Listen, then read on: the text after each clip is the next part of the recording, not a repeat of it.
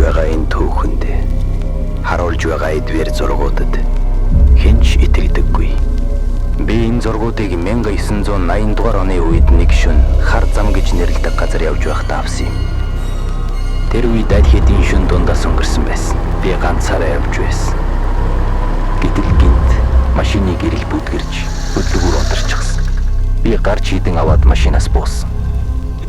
Тэгсэн гинт хаа нэгтээс эмэгтэй хүний дуу сонсогдсон.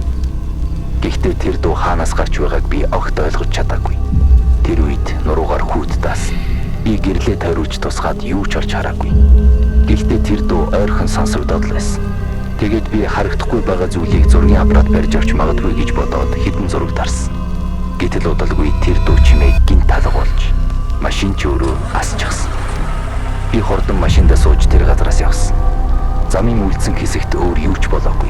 Гэхдээ надад хажуугийн суудал дээр хэн нэгэн байгаа юм шиг мэдрэмж төрөөдлөөсөн. Хэсэг хугацааны дараа би зургуудыг угаалгасан. Тэгээд хараад би нүдэндээ итгэж чадаагүй. Тэр шөнө би юу ч хараагүй. Гэхдээ тэр шөнө би ганцаараа байгаагүй.